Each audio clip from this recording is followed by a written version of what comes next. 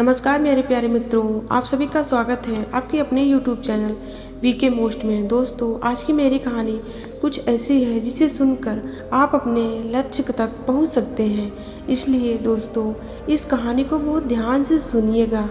आइए कहानी को शुरू करते हैं।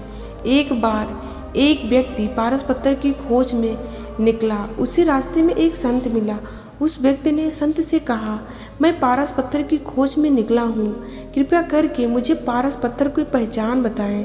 संत ने कहा, यहाँ से उत्तर दिशा में चलने पर आपको एक तालाब मिलेगा। उस तालाब के किनारे कई पत्थरों के ढेर हैं। उसी ढेर में पारस पत्थर पड़ा हुआ है।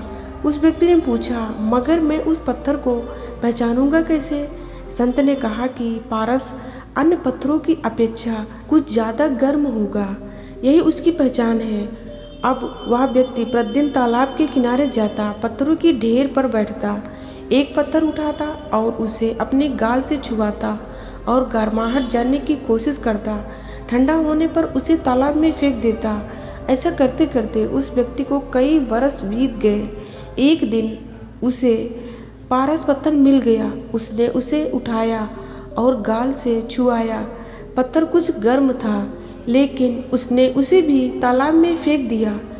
जल्दी ही उसे यह एहसास हो गया कि उसने उस पारस पत्थर को भी तालाब में फेंक दिया, जिसके लिए उसने वर्षों तक कठोर परिश्रम किया था।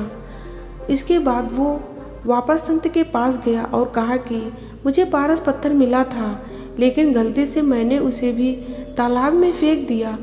तब संत ने कहा कि पारस पत्थर की प्राप्ति तुम्हारा उद्देश्य था।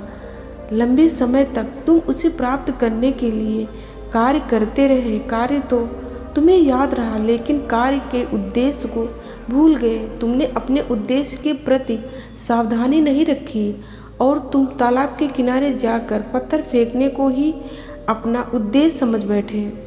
दोस्तों, ये एक वास्तविक सत्य है कि इसी तरह हम भी अपने जीवन में कई बार कोई कार्य बड़े ही उत्साह से शुरू तो कर देते हैं, लेकिन धीरे धीरे जब समय बीतता है तो हम उस लक्ष्य के उद्देश्य को भूल जाते हैं। इस वजह से कई बार मंजिल हमारे पास होती है, फिर भी हम उसे प्राप्त नहीं कर पाते हैं। इसका मुख्य कारण फोकस का ना होना है।